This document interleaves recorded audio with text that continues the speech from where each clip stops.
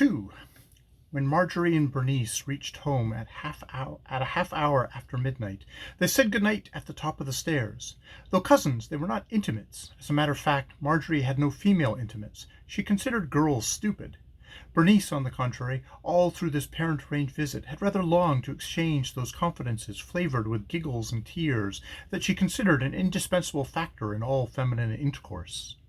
But in this respect she found Marjorie rather cold, felt somehow the same difficulty in talking to her that she had in talking to men. Marjorie never giggled, was never frightened, seldom embarrassed, and in fact had very few of the qualities which Bernice considered appropriately and blessedly feminine.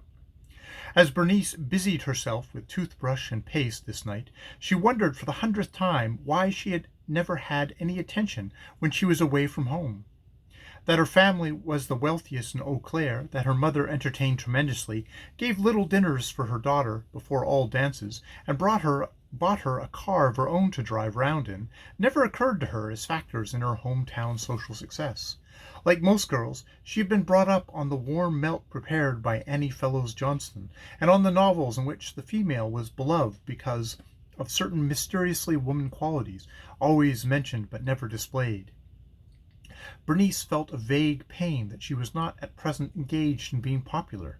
She did not know that had it not been for Marjorie's campaigning, she would have danced the entire evening with one man.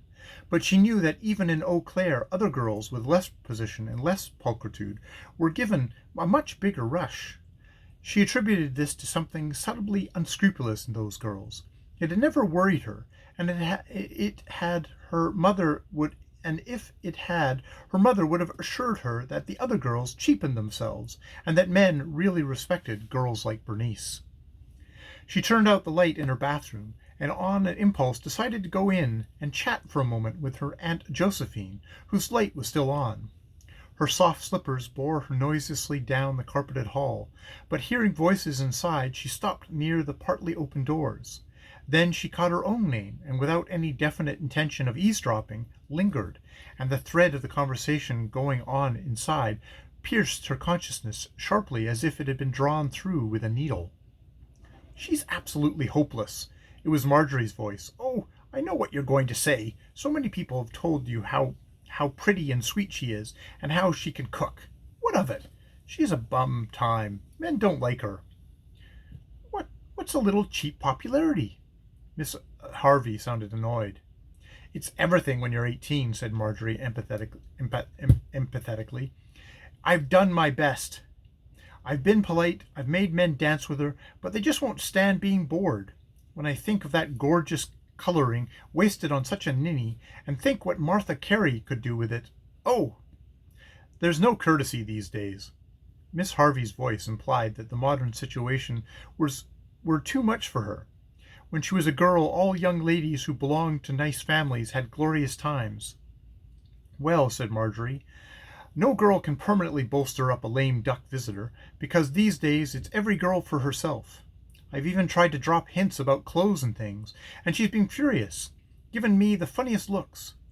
She's sensitive enough to know that she's not getting away with much, but I'll bet she consoles herself by thinking that she's very virtuous and that I'm too gay and fickle and will come to a bad end. All unpopular girls think that way. Sour grapes. Sarah Hopkins refers to Genevieve and Roberta and me as the Gardenia girls.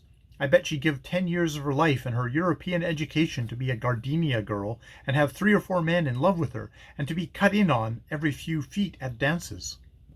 "It seems to me," interrupted Miss Harvey rather wearily, "that you ought to be able to do something for Bernice. I know she's not very vivacious." Marjorie groaned. "Vivacious? Good grief! I've never heard her say anything to a boy except that it's hot, or the floor is crowded, or that she's going to school in New York next year. Sometimes she asks them what kind of car they have, and tells them the kind she has. Thrilling!" There was a short silence, and then Miss Harvey took up her refrain. "All I know is that the other girls not half so sweet and attractive get partners. Martha Carey, for instance, is stout and loud, and her mother is distinctly common. Roberta Dillon is so thin this year that she looks as though Arizona were the place for her. She's dancing herself to death." "But, Mother," objected Marjorie impatiently, "Martha is cheerful and awfully witty and an awfully slick girl, And Roberta's a marvelous dancer. She's been popular for ages." Miss Harvey yawned. "I think it's that crazy Indian blood in Bernice," continued Marjorie. "Maybe she's a reversion to type. Indian women all just sat around and never said anything." "Go to bed, you silly child," laughed Miss Harvey. "I wouldn't have told you that if I thought you were going to remember it. And I think most of your ideas are perfectly idiotic," she finished sleepily. There was another silence while Marjorie considered whether or not convincing her mother was worth the trouble. People over 40 can seldom be permanently convinced of anything. At 18, our convictions are hills from which we look. At 45, they are caves in which we hide. Having decided this, Marjorie said good night. When she came out into the hallway, it was quite empty.